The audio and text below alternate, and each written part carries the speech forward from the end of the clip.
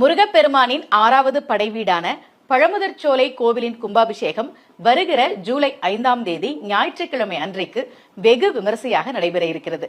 நான் முருகப்பெருமானுடைய அருளால் திருச்செந்தூர் கும்பாபிஷேகத்தை நேர்முக வர்ணனை பண்ணேன்.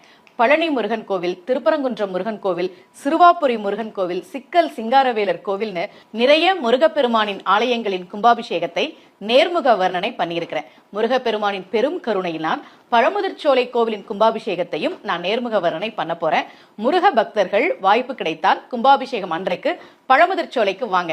நல்லபடியா திருமணம் நடைபெறுவதற்கு, திருமண வாழ்க்கை மகிழ்ச்சியாக இருப்பதற்கு, மிக முக்கியமாக குடும்ப ஒற்றுமைக்கு பழமுதிர்ச்சோலையில் அருள்பாலிக்கும் முருகப்பெருமானை நாம் வழிபாடு செய்ய வேண்டும். முடிஞ்ச வரைக்கும் குடும்பத்தோட வாங்க.